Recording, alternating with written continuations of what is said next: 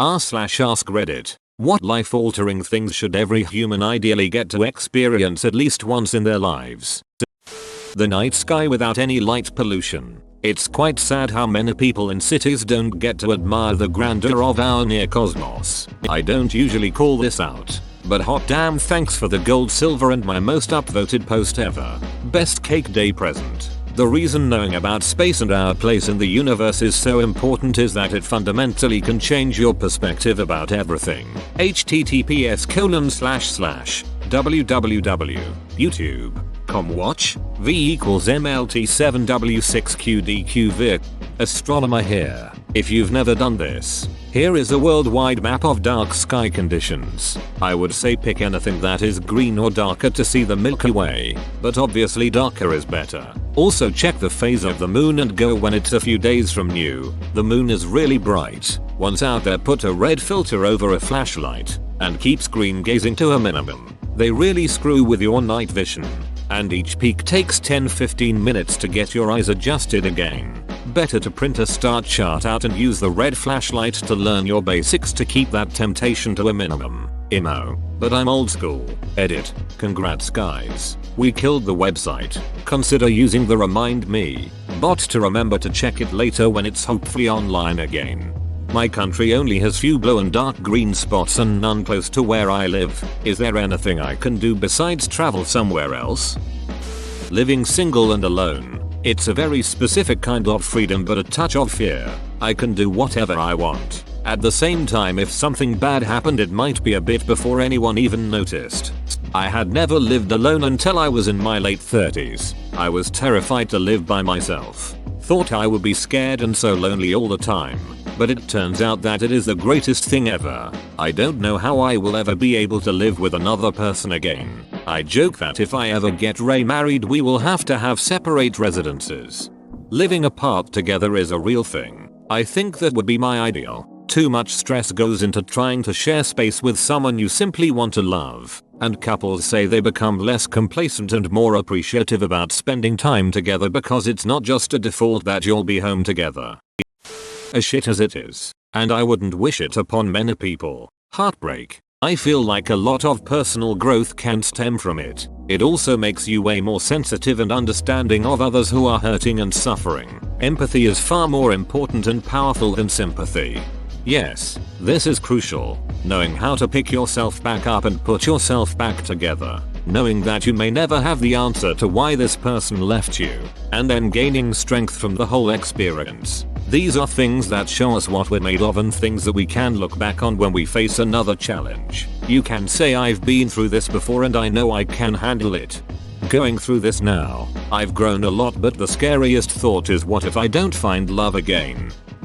Eating healthy food for like 2 months straight. You never realize how shitty you feel if you've been feeling that way literally your entire life. Also helps you realize how insanely addictive sugar/fast food is. Once you go back to it, the cravings kick in immediately, at least in my experience.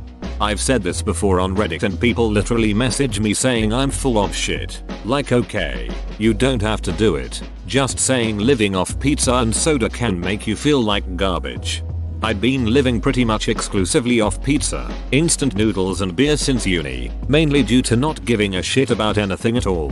I started eating healthy only 1 month ago and I've already lost my pot belly and gone from feeling depressed and anxious all day every day to actually feeling the zest of life once again finally. If I felt 2/10 every day before, I almost immediately went to feeling like a 7 or 8/10. The difference is phenomenal.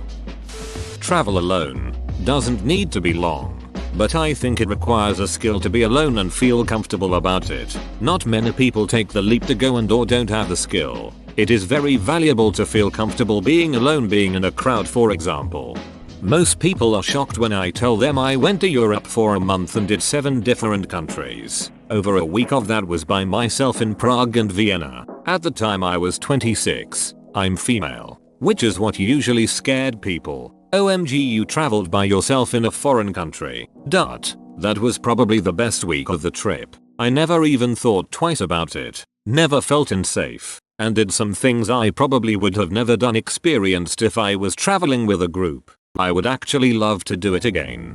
I, male 26, Spent 5 days in France last year by myself. I still get shocked reactions when I tell people. People are also shocked when I tell them that French people were very nice. Probably because I learned enough French to at least politely turn the conversation to English without just screaming English. Being utterly lost or similarly in a hopeless situation, and getting yourself out of it with persistence and endurance.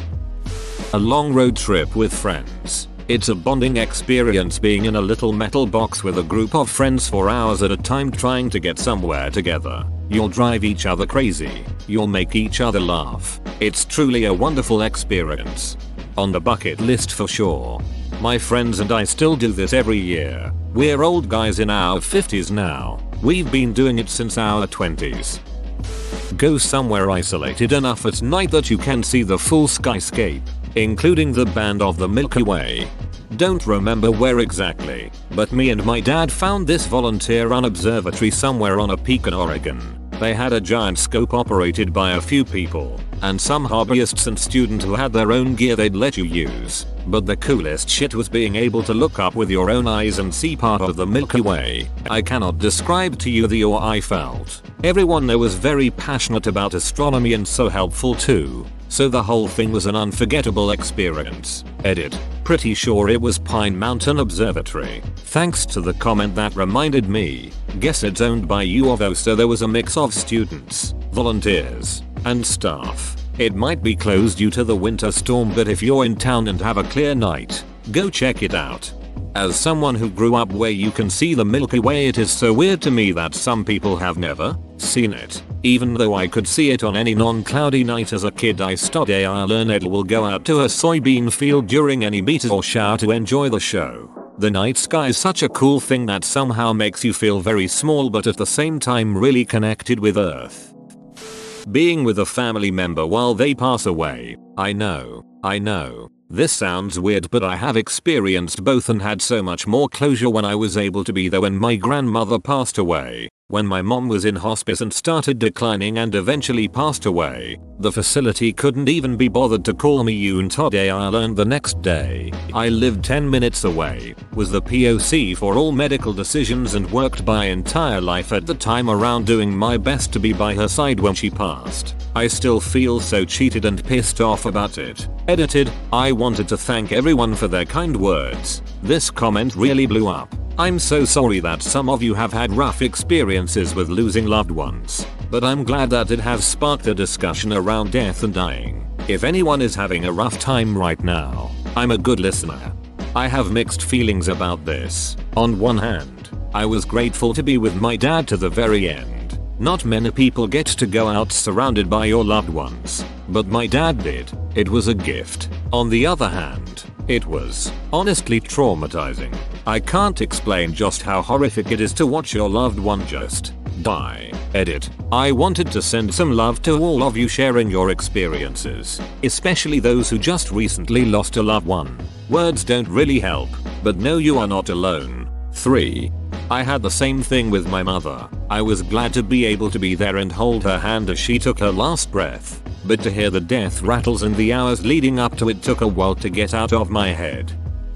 Total isolation. I'm talking traveling out to a remote location far away from civilization and far away from anyone else, just you and the world around you, all alone and not another soul in sight. It's such a bizarre yet powerful feeling.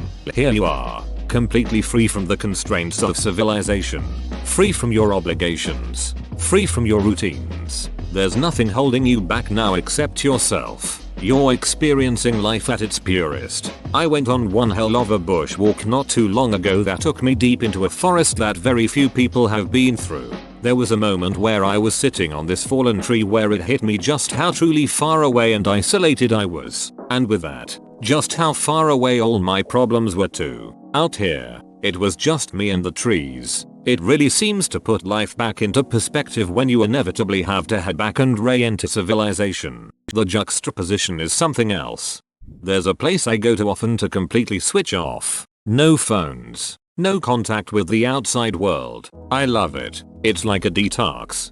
I myself also forgot a phone when gone for a poo.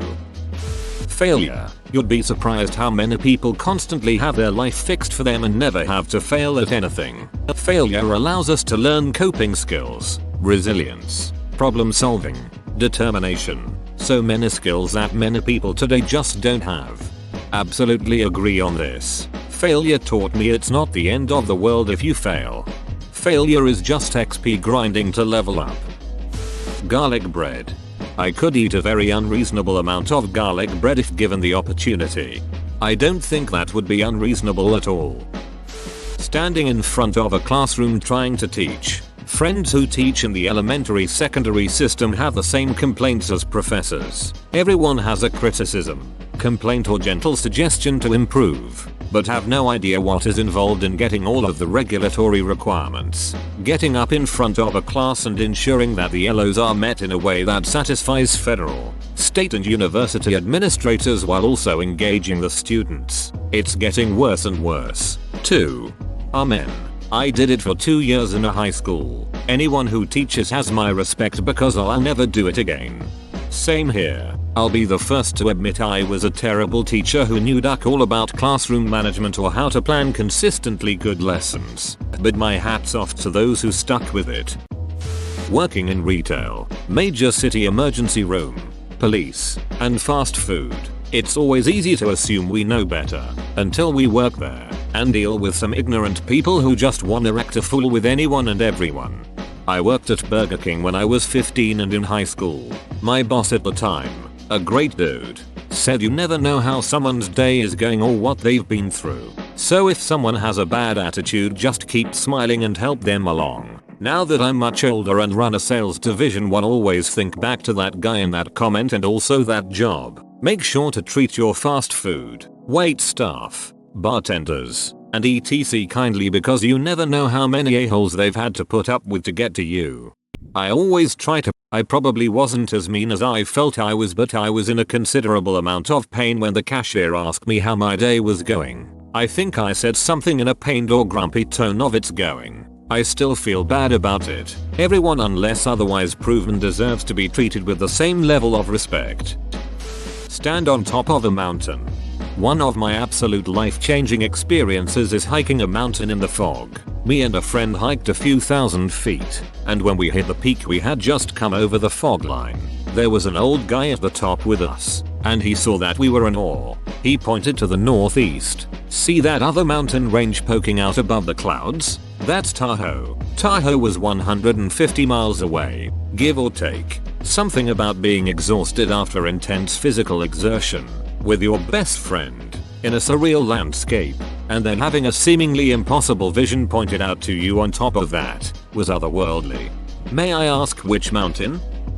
I wish everyone got to experience lucid dreaming at least once. It's such an amazingly interesting state to be in just for the fact that you're inside of a dream. You're fully conscious that you're now someone else and in a body that isn't your physical body, yet you can touch and feel the dream world as if it was the real world. Edit. For people experiencing sleep paralysis or is scared of it, here's something I wrote for you. Edit 2. How to start lucid dreaming. For anybody interested in doing this, Exploring the World of Lucid Dreaming by Stephen LaBerge is a very good book that teaches you how to do it by the predominant expert in the field, and it's a dirt cheap paperback. Just bought it off Amazon. Thank you for the recommendation. I loved trying to lucid dream but would like to get better at it. The feeling of having mastered something.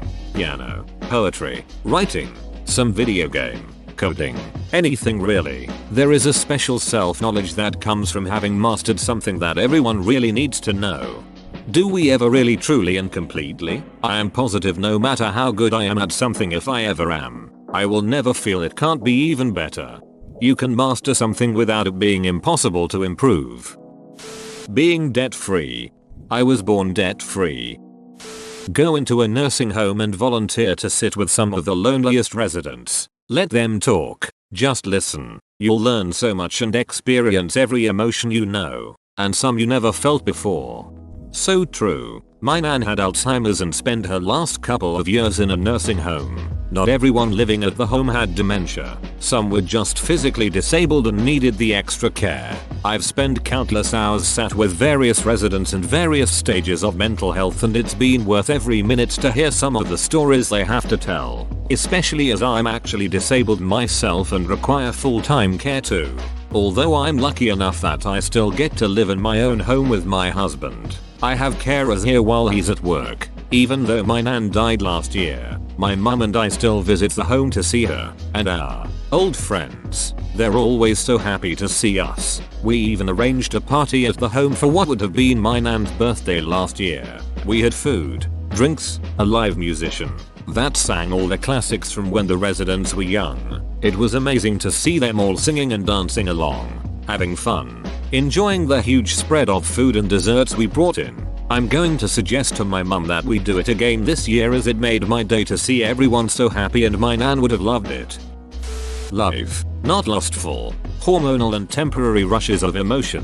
Deep, sacrificial, spiritual, hell or high water, to the ends of the earth love. To love someone like that and to be loved like that in return is the highest point of human existence. I would kill and die for my wife without a second thought. She knows this, and I know she would do the same for me. I never really lived until I loved, and specifically, loved like this. I share this kind of love for my siblings and my parents. I love this. I think one of the biggest lies society feeds us is that we don't know real love until we've usually to do with finding a romantic partner or having a child. But there's so much love in this universe and so many ways it expresses itself. I love my husband to the ends of the earth. But if we're talking soulmates, that's my sister. Hands down. Failure, heartache, embarrassment, loss. Without them you can't grow. Read this as heart failure. Complete vulnerability in the company of the person that you love. Letting that person really know you and taking the risky leap of putting yourself, with all of your insecurities, quirks, and naive hopes, in another person's hands. I can't agree with this more. I was struggling with so much trust, anxiety, and insecurity issues for so long that when I finally let myself completely open to someone, I felt like a whole new person. The only thing I can add to this is to be sure the other person is open to have you open up and has the patience and love to help you get back on your feet. Implying I am not unlovable. LSD. Maybe not everyone, but most people. Also truly loving touch. Edit. Cheers for the silver and gold mates. You are all beautiful humans. This comment isn't getting enough attention. LSD is truly a life-changing experience and can benefit a person's views towards life immensely. Only kept scrolling to find the LSD comment. Should be top. Fighting for one's life in some form. 3 years ago I was in a river for the swim portion of a triathlon. Because of heavy rainfall the week prior, the current was moving incredibly quickly. The race organizers eventually cancelled the swim portion of the event, but not until myself and about half the other competitors were already in the water. About halfway through the swim, the current became too much and I was being carried downstream despite my strongest attempts to swim against it. It was at that moment that I was literally swimming for my life. It was terrifying at the moment, but an experience I'm really glad I had. Edit. Thanks for the gold, kind stranger. Nothing like a near-death experience to make you appreciate life just that little bit more. I found quite the opposite. I nearly drowned. I got to the point where I had nothing left. I thought 100,000 thoughts in 1 second. About my friends and family, my regrets, etc. Whatever was going on in my life was no longer my problem. Everything would work out one way or another. I made my peace, and took what would be my last breath, a lungful of water. It seems the universe had other plans. The waves tumbled my head above water as I took that breath. I survived, and I can still be passionate about things. But something about that experience took the edge off. Nothing is life or death important anymore, because I know that my mind will once again make that peace if it needs to. Edit. My first gilding. Thanks for the gold and silver, kind strangers. Living abroad for at least half a year. This is especially true if that other country has a completely different culture than your home country. If you are, for example, an US American, try to live in China for a while. They are always looking for English teachers and pay good money if you are certified and have experience. Pack up, leave and start afresh in a whole new town. As someone who's done this 4 times, make sure to remember who you are instead of reinventing yourself every time. I'm going to be making a cross-country move soon. Any advice or things you wish you knew the first time around? Things to do in new cities? Mistakes to avoid? Spending a day alone with no plans, completely at liberty, in a foreign city you've never been to before. Scuba diving. I promise you, it's a completely different world down there and it's not ours. You'll be amazed and maybe even get an understanding and a greater connection to our Earth and all the living things on this chunk of rock floating through space. This might sound counterintuitive to the question, but my answer is losing a career job. Now, hear me out. Most people think they're smart, good at life skills, and can generally get by. But when you lose your job, all of this is put to the test. It forces you to really pay attention to how you spend your money. It forces you to focus on bills and when they arrive when they're due. It forces you to polish up your resume, which is always a good thing to have on hand. It gives you an opportunity to change your life for the better. But most of all, it pushes you to survive on your own, giving you the confidence that you can do it again. Is it a fun period in life? No, not at all.